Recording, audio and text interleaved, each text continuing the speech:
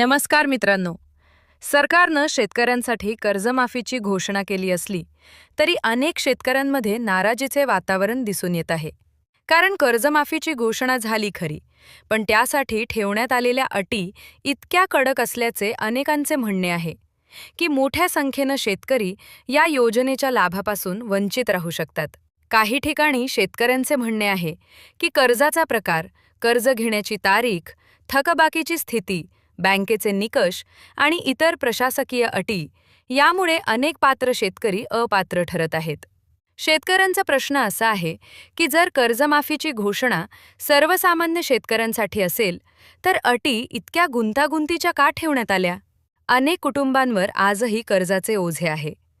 शेतीमालाला अपेक्षित भाव मिळत नाही, उत्पादन खर्च वाढत आहे आणि नैसर्गिक संकटांचाही सामना करावा लागत आहे.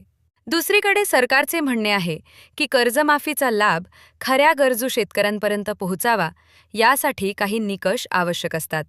मात्र या निकषांमुळे पात्र शेतकरी वंचित राहत असतील तर त्यावर पुनर्विचार होण्याची गरज असल्याची मागणी होत आहे.